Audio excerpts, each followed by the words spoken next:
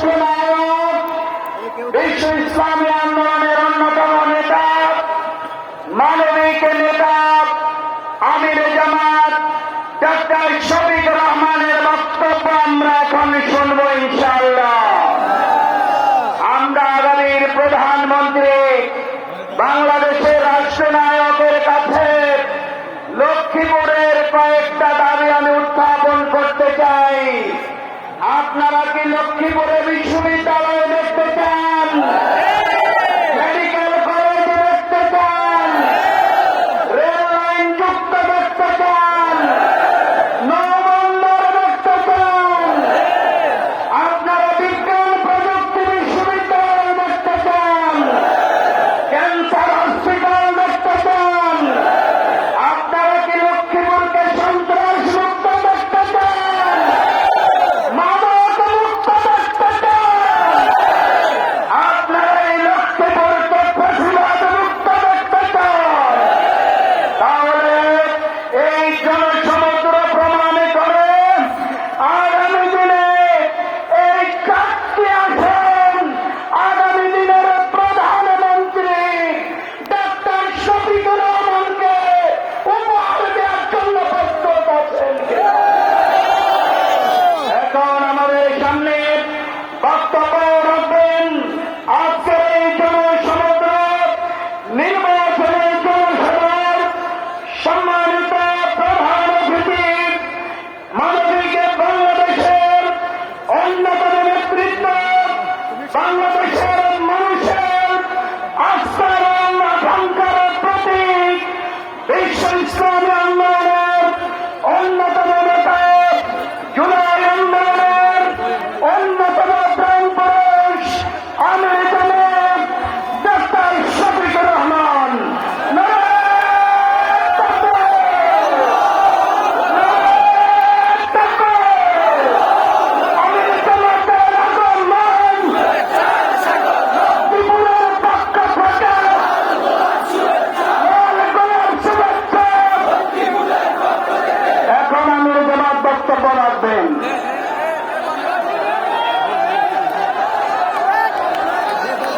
আসসালামু আলাইকুম ওয়া রাহমাতুল্লাহ। লক্ষ্মীপুরের মানুষ খুবই ভালো, মেহমানদেরকে অনেক আদর করে, সম্মানও করে, কথাও শুনে। তাইলে এই যে সাংবাদিকরা এখানে দাঁড়িয়ে তাদের পেশাগত দায়িত্ব পালন করছে, তাদেরকেও সাহায্য করে, তাই না? বলুন না যে আপনারা বসেন, কেউ বলতে পারবে না যে আপনারা বসে যান। আমাদের কথাগুলো তারা জাতির কাছে, বিশ্ববাসীর কাছে পৌঁছাবে, এই জন্য তারা দাঁড়িয়ে দাঁড়িয়ে তাদের দায়িত্ব পালন করবেন। আপনারা সবাই বসে যাবেন, আর একান্ত যারা বসতে পারবেন না তারা দাঁড়িয়ে কথা শুনবেন। আপনারা কেমন আছেন সবাই? আলহামদুলিল্লাহ। সমস্যা হয়ে গেল, এত জিনিস এখানে রাখা হয়েছে, হাত বানানোটা কঠিন হয়ে যাবে মনে হচ্ছে। এগুলা বক্সের সামনে রাখতে পারবেন না।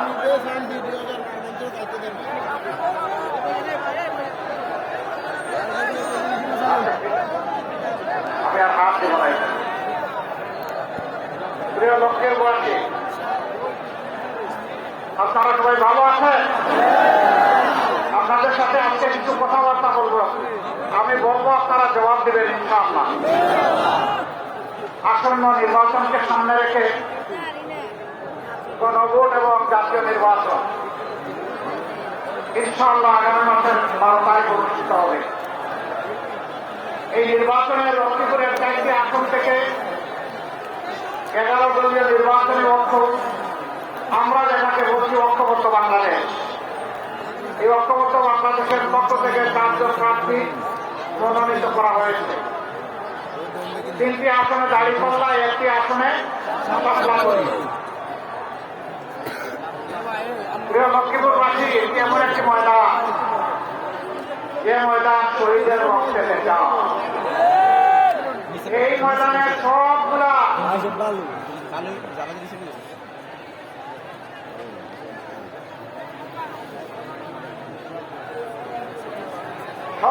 সবুজ ঘাস রক্তে লাল হয়ে উঠেছে।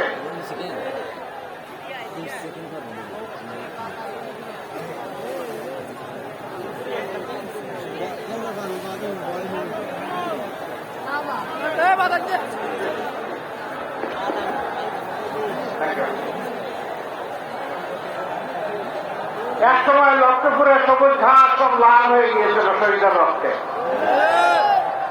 আমরা শহীদ ডাক্তার ফয়েজ আহমদ সহ লক্ষ্মীপুরের সমস্ত শহীদদেরকে গভীর শ্রদ্ধার সাথে স্মরণ করছি। জুলাই যুদ্ধে যারা জীবন বাজি রেখে যারা লড়াই করেছিলেন তাদের সবাইকে আমরা গভীর শ্রদ্ধার সাথে স্মরণ করি। আমরা কথা দিয়েছিলাম আমরা জুলাই যোদ্ধাদেরকে আমাদের অন্তরে জায়গা করে দিব। আমরা কথা রেখেছি। আমরা জুলাইকে কবুল করে নিয়েছি। এই জুলাই এসে জনগণকে মুক্তি দিয়েছে। জুলাই এসেছিল বলেই আজকে আমি এখানে দাঁড়িয়েছি। জুলাই হয়েছে বলেই আজকে এই তেজ দেখা যাচ্ছে। জুলাই হয়েছে বলেই এই 12 ফেব্রুয়ারি ইলেকশন হতে যাচ্ছে। জুলাইয়ের আগে আমরা রাজনৈতিক দলগুলো বহু চেষ্টা করেছি। জীবন দিয়েছি, আয়নাগরের সঙ্গী হয়েছি, জেলে গিয়েছি, পঙ্গু হয়েছি, ঘর বাড়ি খাওয়া হয়েছে, কিন্তু আমাদের নেতৃত্বে পরিবর্তন আসে না। পরিবর্তন এসেছে আমাদের সন্তান সন্ততির নেতৃত্বে। কেউ কেউ আছে এদেরকে স্বীকার করতে চান না। তাদেরকে বাচ্চা কাচ্চা নাতিপুতা বলেন, তাদেরকে সমাজ বলেন। আমি বড় বিস্মিত, আমি লজ্জিত যাদের কারণে জেল থেকে মুক্তি, যাদের কারণে অনেকের দেশে ফিরে আসা, যাদের কারণে নির্বাচনের কথা বলা, যাদের কারণে দেশ শাসনের কেউ কেউ কারো কারো স্বপ্ন দেখা, তারা তাদেরকে অস্বীকার করছেন। লজ্জা, লজ্জা, এটা মেনে নেওয়া যায় না। যে উপকারের উপকার স্বীকার করে না, যে কৃতজ্ঞতা প্রকাশ করে না, সে ভালো মানুষ হতে পারে না। দেশবাসী রাজনৈতিক পুরানা বন্দোবস্তে দেখেছে, 54 বৎসর দেখেছে, সেই বন্দোবস্ত ফেসিবাদ তৈরি করেছে, মানুষের অধিকার হরণ করেছে, দুর্নীতির সর্বরাজ্যে পরিণত করেছে, চাঁদাবাজিতে জনগণকে অতিষ্ঠ করেছে, জনগণের কিনা বস্ত্র দিয়ে জনগণের মুখে গুলি ছুড়েছে। সেই রাজনীতি আমার মা বোনকে ইজ্জত হরণ করেছে। ওই রাজনীতি আবার ফিরে আসুক আপনারা চান? ব্যাংক ডাকাতি করে জনগণের টাকা লুট করে বিদেশে পাচার করা হয়েছে। আপনারা সেই বাংলাদেশ আবার চান? আপনারা পরিবর্তন চান? পরিবর্তন চাইলে ওই যে লেখা পরিবর্তনের জন্য গণভোটে কি বলতে হবে? শিল্পতন কোনটাতে মারতে হবে? উঠে সিল মারতে হবে। আপনারা সবাই উঠে সিল মারবেন? আপনারা মারলেই উঠ পাস হয়ে যাবে না, প্রত্যেকটা মানুষকে উঠে সঙ্গী বানাতে হবে। আমরা বিশ্বাস করি বাংলাদেশের মানুষ এখন পরিবর্তন চায়। সেই পরিবর্তনের জন্য আমরা ঐক্যবদ্ধ হয়েছি। আমরা কথা দিচ্ছি জনগণের আস্থা যদি আমাদের উপর আসে, আমরা আশাবাদী আসবে ইনশাআল্লাহ। আমরা আস্থার প্রতিদান দেব ইনশাআল্লাহ। জুলাই বিপ্লবের পরে আমরা বলেছিলাম আমরা কারোর কাছ থেকে প্রতিশোধ নেব না, আমরা নেই নাই। আমরা বলেছিলাম আমাদের দলের লোকেরা চাঁদাবাজ নয়, আমরা চাঁদাবাজি করি নাই। আমরা বলেছিলাম আমরা দুর্নীতি করি না, দুর্নীতিকে আমরা ঘৃণা করি, দুর্নীতির সাথে আমাদের কোনো সম্পর্ক নাই। আমরা বলেছিলাম মজলুম ঠিক আছে, কিন্তু মামলাবাজি করব না, মামলা দিয়ে মামলা বাণিজ্য করব না, মামলা দিয়ে নিরীহ মানুষকে হয়রান করব না। আমরা কথা রেখেছি।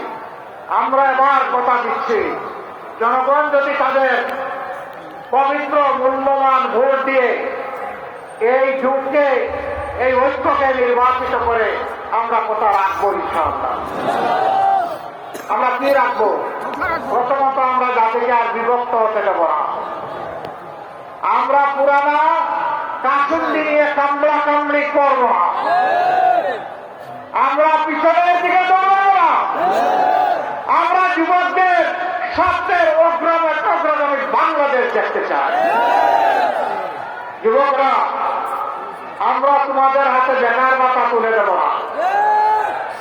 তোমরা বেকার ভাতা পাওয়ার জন্য কোনো দাবি জানাও নাই। আমরা বেকার ভাতা দিয়ে তোমাদেরকে অপমানিত করতে চাই না। আমরা তোমাদের হাতগুলোকে দক্ষ কারিগরের হাত হিসাবে গড়ে তুলব ইনশাআল্লাহ। প্রত্যেকটি হাতে আমরা ইনশাআল্লাহ মর্যাদার কাজ তুলে দেব। সেদিন প্রতিটি যুবক গর্বের সাথে বলবে আমি বাংলাদেশ। আমাকে দেখে বুঝে নাও বাংলাদেশ কি জিনিস। আমরা সেই বাংলাদেশটি গড়ে দিতে চাই। আমরা বাংলাদেশের নেতৃত্ব যুবকদের হাতে তুলে দিতে চাই। প্রস্তুত আছো যুবকরা? প্রস্তুত হয়ে যাও। এইভাবে স্বৈরাচার থামানোর জন্য সেদিন গর্জে উঠেছিলে, বাংলাদেশ গড়ে দেওয়ার জন্য সেইভাবে দাঁড়িয়ে যাও। আমরা সেই বাংলাদেশ তোমাদের হাতে তুলে দেবো ইনশাআল্লাহ। আমাদের এই 11 দলীয় ঐক্য যেটা নির্বাচনী ঐক্য, সেই ঐক্যে এবার 62% ক্যান্ডিডেট হচ্ছে যুবক। তাহলে বার্তা দিচ্ছি আমরা জাতিকে, এই দেশ হবে আগামীতে যুবকদের বাংলাদেশ ইনশাআল্লাহ।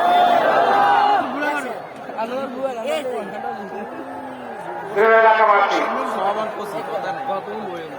এই আন্দোলনে যুবকরা যেমন লড়াই করেছে, আমাদের মেয়েরাও সমানভাবে লড়াই করেছে। বরঞ্চ জুলাই শক্তি পেয়েছিল 15 জুলাই যখন ঢাকা বিশ্ববিদ্যালয়ে আমাদের কলিজার টুকরা মেয়েদের গায়ে হাত দেওয়া হয়েছিল। জুলাই সেদিন শক্তি জুড়ে গিয়েছিল। মেয়েদের গায়ে হাত দেওয়াকে জাতি মেনে নিতে পারে না। মুঘল বাহিনী, হাতুড়ি বাহিনী, লাঠিয়াল বাহিনী সব কিছুতে যুবক যুবতীরা ব্যক্ত করে দিয়েছে। এখন সেই একই প্রবণতা দেখতে পাচ্ছি। এক সময় যারা মুসলিম ছিলেন তারা কেন জালিমের ভূমিকায় অবতীর্ণ হবেন আমরা বুঝতে পারি না। জায়গায় জায়গায় বিভিন্ন জায়গায় মাদেরকে ডিস্টার্ব করা হচ্ছে। তারা এদেশের নাগরিক, তাদের অধিকার আছে ভোট চাওয়ার, তাদের অধিকার আছে তাদের আদর্শ নিয়ে ভোটারদের কাছে যাওয়া।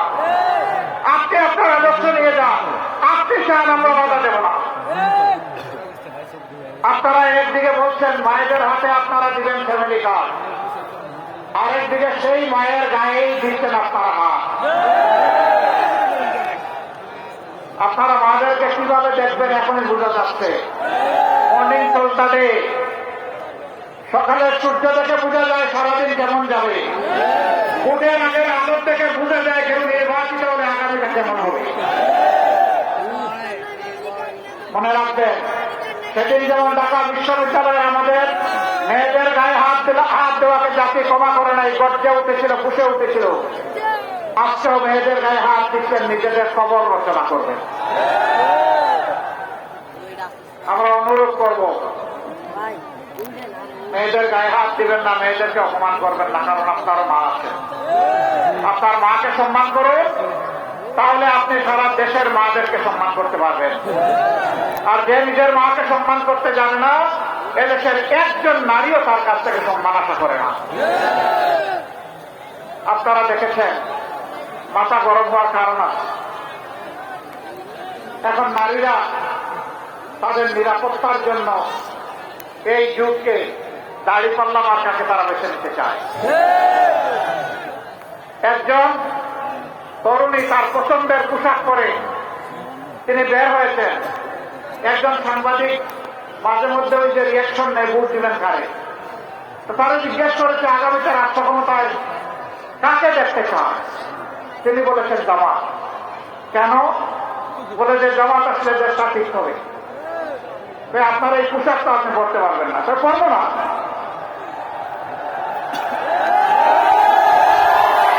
বলে যে এই পোশাক বদলাতে হবে, তো বদলাবো।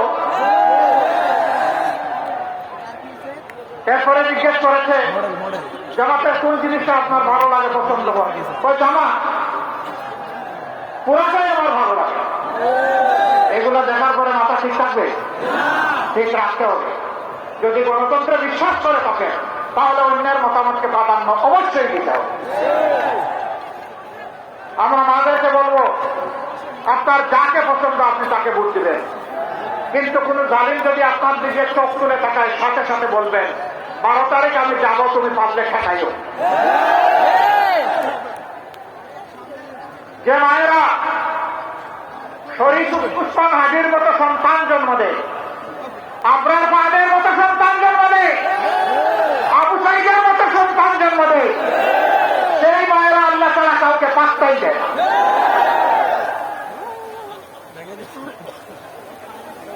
তারা ব্রিটিশ রাজ্য কায়েম করতে চায়। সম্মানিত ভাইরা, ওকে যে জাতি ইতিমধ্যেই জয় করে ফেলেছে, এই জাতিকে হিসাব করে কথা বলবেন। যদি সত্যিই গণতন্ত্রের প্রতি আস্থা থাকে, তাহলে নিজের কাজ নিজে করুন, অন্যটা তাকে করতে দিন। হ্যাঁ, কোন প্রার্থী এবং তার সমর্থকেরা যদি নির্বাচনী আচরণ বিধি লঙ্ঘন করে, তাহলে আপনি অথরিটি যারা আছে, নির্বাচন কমিশনকে বলুন, রিটার্নিং কর্মকর্তাকে বলুন, অ্যাসিস্ট্যান্ট রিটার্নিং কর্মকর্তাকে বলুন, সরকারকে বলুন, কিন্তু আমাকে বাধা দেওয়ার আপনি কে? ইতিমধ্যে বাধার লক্ষণ আপনারা দেখতে পাচ্ছেন। ঢাকার রাজপথে আমাদের কলিজার টুকরো বিপ্লবের প্রতীক হাজিকে হত্যা করা হয়েছে। শেরপুর জেলা একটি উপজেলা জামাতের সেক্রেটারি মৌলানা রেজাউল করিমকে হত্যা করা হয়েছে নির্মমভাবে। হত্যা করে কারো গতি থামাতে পারবেন না। যেই দলের নেতারা আসতে আসতে ফাঁসির তক্তার উপর দাঁড়াতে থাকে, তাদেরকে ভয় দেখা, ভয় আমরা আল্লাহ ছাড়া কাউকে করি না। আমরা প্রতিশ্রুতিবদ্ধ। আমরা যুবকদেরকে যুবতীদেরকে কথা দিয়েছি, আমরা মা বোনদেরকে কথা দিয়েছি, আমরা তাদের আকাঙ্ক্ষা পূরণ করার জন্য প্রয়োজনে জীবন দিব, কিন্তু হার মানব না। প্রিয় লক্ষ্মীবাসী, আপনারা সংগ্রামী জাতি, আপনারা কারো কাছে হার মানেন নাই। এই জায়গায় এক খুনি,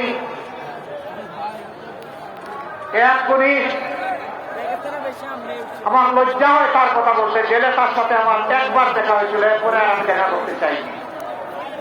আমার ভাই ডাক্তার ফয়েজ আহমদকে তার বাসার 3 তলার ছাদে নিয়ে সেখানে শারীরিক নির্যাতন করে জীবন্ত দেহটা নিচে ফেলে দিয়েছিল।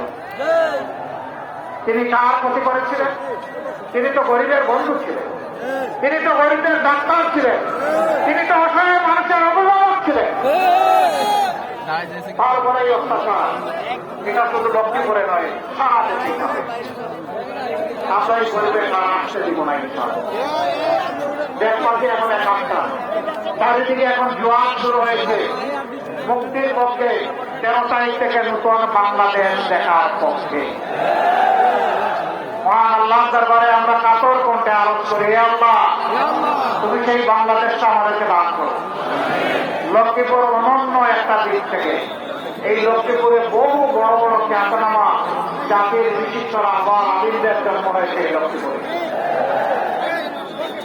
অনেক জাতীয় নেতাদের জন্ম হয়েছে এই লক্ষ্মীপুরে। আমরা ইসলামের জন্য কথা বলি, অনেকের ভালো লাগে না, কারো ভালো লাগুক না লাগুক আমরা বলতেই থাকি। জামাতে ইসলামী, তাবলিগি জামাত, কওমি মাদ্রাসা, আলিয়া মাদ্রাসা, সব মিলে আমাদের এক আল্লাহ, সব মিলে আমাদের এক নবী। সবাই আমরা সাহাবায়ে কেরামের অনুসারী, সবাই মিলেই আমরা এক আল্লাহর উপর ঈমান এনেছি। এখান থেকে কেউ আমাদেরকে সরাতে পারে না। আমাদের দাওয়াত পত্র, আমরা আল্লাহর গোলামি ছাড়া কারো গোলামি মানি না, মানব না, কোনো আধিপত্য মানব না, কারো চোখ রাঙানি মানব না। বিদেশে ভক্ত থাকবে কিন্তু প্রভু মেনে নেব না। লক্ষ্মীপুরবাসী, জাতীয় জীবনের যে সমস্যাগুলো আছে ইনশাআল্লাহ সমাধান হবে। ভয় দেখানো হয়, জামাত ক্ষমতায় আসলে কওমি মাদ্রাসা থেকে যারা পাঠ করে বের হয়েছেন তাদেরকে মসজিদ এবং মেহরাব থেকে বিদায় করে দেওয়া হবে। এরা মিথ্যাবাদী, এরা মিথ্যাবাদী। বলা হয় কওমি মাদ্রাসা বন্ধ করে দেওয়া হবে। আমি আল্লাহকে সাক্ষী রেখে, আপনাদেরকে সাক্ষী রেখে বলছি, কওমি মাদ্রাসা আমাদের কলিজা, কওমি মাদ্রাসা আমাদের হৃদয়। ইসলামী শিক্ষাটা তারাই এখন ধরে রেখেছেন। আলিয়ার শিক্ষা সংকুচিত হয়ে এসেছে। আমরা সেই আল্লাহর উপর বিশ্বাস করি যিনি কুরআন নাযিল করেছেন। সেই কুরআনের অসংখ্য হাদিস তৈরি হয় কওমি মাদ্রাসাতে। তারা আমাদের মাঝে লাগাতে চায়, বাঁচাতে চায়। আমরা সবাই ইনশাআল্লাহ হুঁশিয়ার। আমরা কারো অস্বস্থাতে পা দেব না। মাদের ব্যাপারে বলা হচ্ছে এরা কোথায় গেলে ঘরে বন্দি করে রেখে দেবে। আমার মা ছিলেন এখন নাই, আমার স্ত্রী আছে, মেয়েরা আমার মতো আমাদের সবার এই সকলেরা তারা কি করে বন্দি? তারা জীবনের বাস্তব প্রয়োজনে অন্য 10 জন মহিলা যেমন চলাচল করে কাজ করে তারা তাই করে। অনেকে গুরুত্বপূর্ণ পেশাগত দায়িত্ব পালন করে, রাষ্ট্রের উন্নয়নে অবদান রাখেন, কর্মকাণ্ডে অবদান রাখেন, কিন্তু তাদের দুইটা জিনিসের অভাব। কর্মস্থলে, গৃহে, চলাচলে তাদের কোনো নিরাপত্তা নাই, তাদের কোনো ইজ্জত নাই। আমরা কথা দিচ্ছি ইনশাআল্লাহ, আল্লাহ আমাদেরকে সুযোগ দিলে দেশ চালানো, আমরা তাদেরকে সম্মান এবং নিরাপত্তা দুটি করব। মায়েরা তাদের যোগ্যতা অনুযায়ী কাজ করবে। আমার এই মাকে কোন করবেন এটা আমরা দেখবো না। আমরা দেখবো ওই যোগ্যতাটা তার আছে কিনা, যে কাজটা আমরা তার হাতে তুলে দিতে চাই। এই জন্য ধর্ম বর্ণ নির্বিশেষে ভেদাভেদ রেখা দূর করে আমরা ইনশাআল্লাহ তাআলা একটা ঐক্যবদ্ধ বাংলাদেশ করব।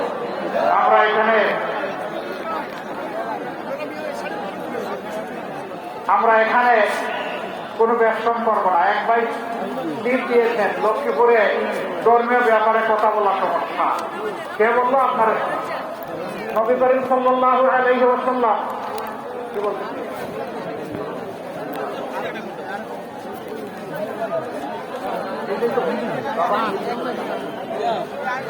নবী করিম সাল্লাল্লাহু আলাইহি ওয়াসাল্লাম মদিনা রাষ্ট্রের ইহুদিদের সাথে লিখিত চুক্তি স্বাক্ষর করেছিলেন।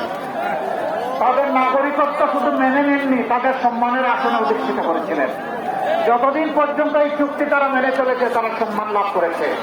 যখন তারা বিশ্বাস ভঙ্গ করেছে তখন তারা শাস্তি পেয়েছে। বাংলাদেশে আমরা একটা সহনশীল পরিবারের যুগ যুগ ধরে পরিসরে আমরা বসবাস করে আসছি।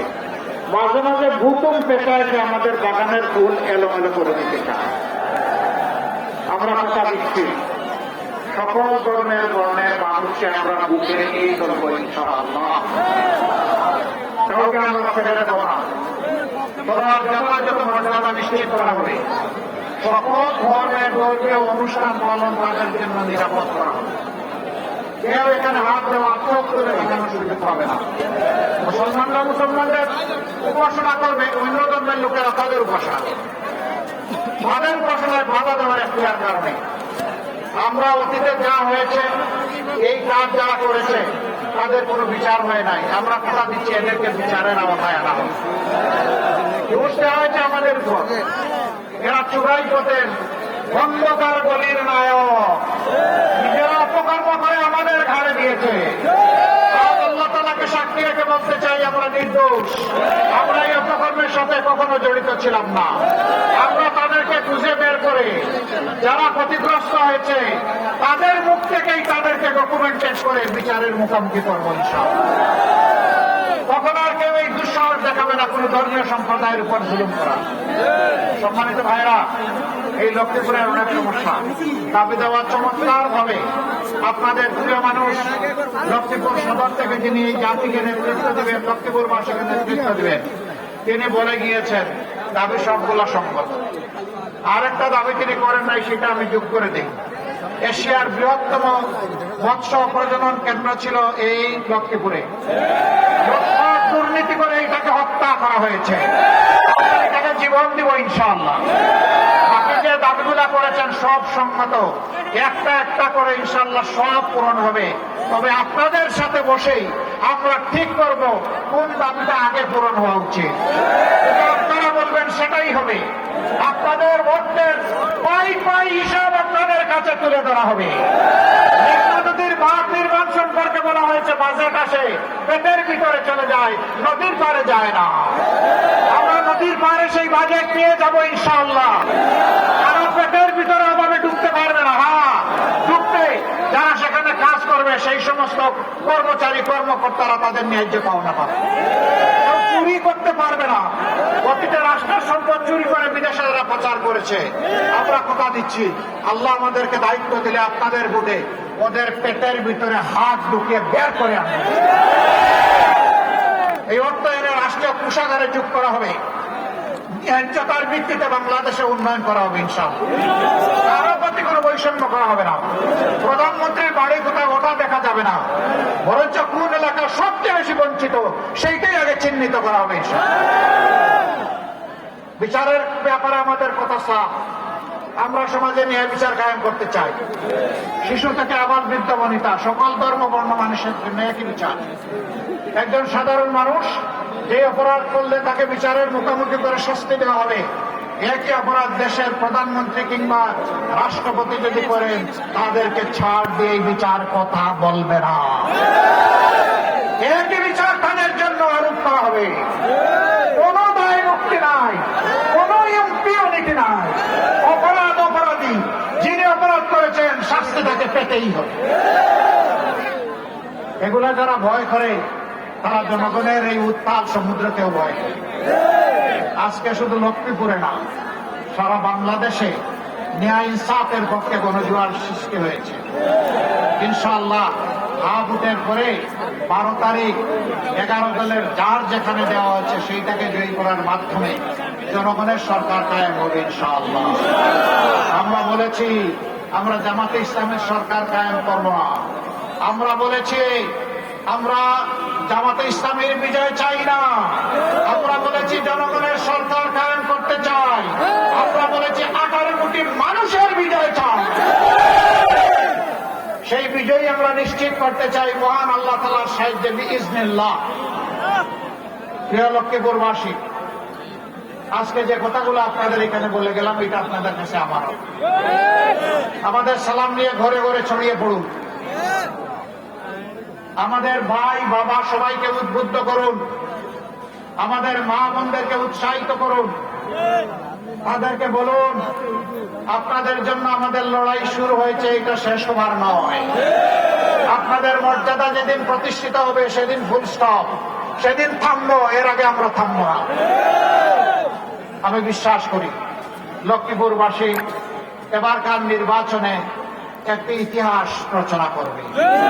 সেই ইতিহাস হবে ন্যায় ইনসাফের পক্ষে। সেই ইতিহাস হবে বাংলাদেশকে চাঁদাবাজ মুক্ত করার পক্ষে। সেই ইতিহাস হবে দুর্নীতিবাজ মুক্ত করার পক্ষে।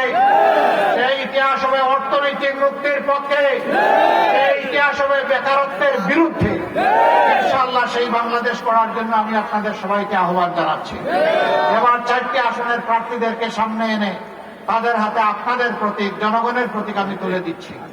প্রথমে লক্ষ্মীপুরে প্রার্থী যিনি আসেন,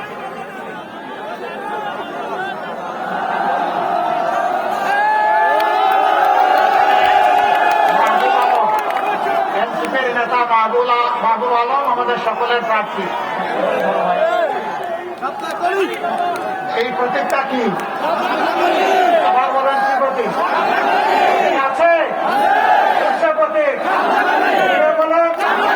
12 তারিখ সকাল সন্ধ্যা ইনশাআল্লাহ বিজয় হবে ইনশাআল্লাহ। মাশাআল্লাহ, জাযাকুমুল্লাহু খায়রান। এরপরে লক্ষ্মীপুর 2।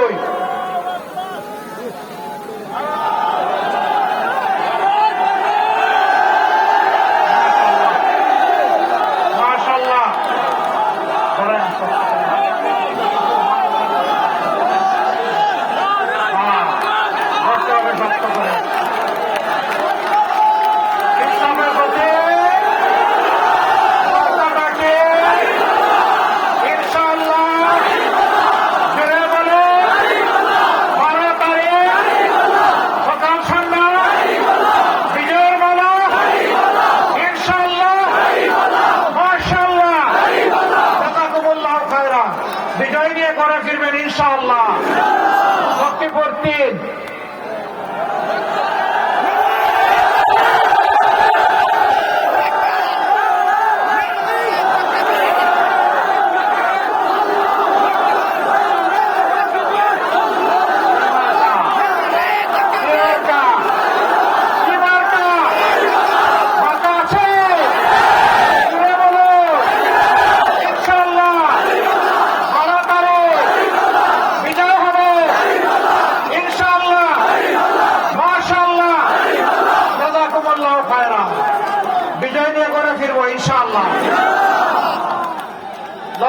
4।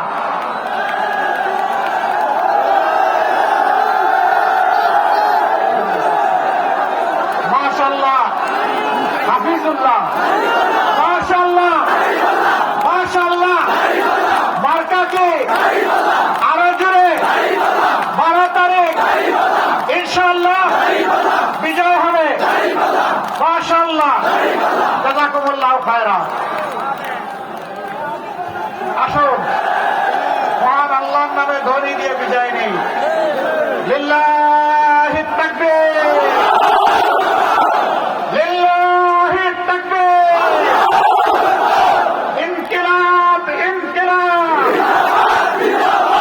জিন্দাবাদ, জিন্দাবাদ, ইনকিলাব, জিন্দাবাদ। আসসালামু আলাইকুম ওয়া রাহমাতুল্লাহ।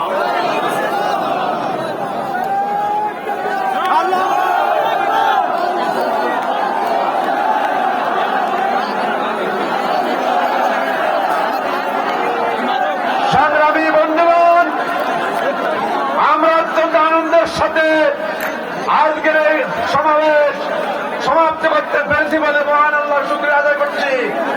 ইনশাআল্লাহ আগামী 12ই ফেব্রুয়ারি লক্ষ্মীপুরের 4টি আসন 11 দলীয় জোট প্রার্থী বিজয় লাভ করবে। আমরা এই বাংলাদেশকে সকল প্রকার দুর্নীতিমুক্ত, চাঁদাবাজ মুক্ত, টেন্ডারবাজ মুক্ত এবং মাদক মুক্ত করতে চাই। আপনাদেরকে সাথে নিয়ে, সবাইকে নিয়ে এই সোনার বাংলাদেশ গড়ে তুলব। আজকের সভা এখানে সমাপ্তি। দূর দূরান্ত হইতে আপনারা সমাবেশে এসেছেন, আপনাদের প্রতি শুভেচ্ছা এবং অভিনন্দন।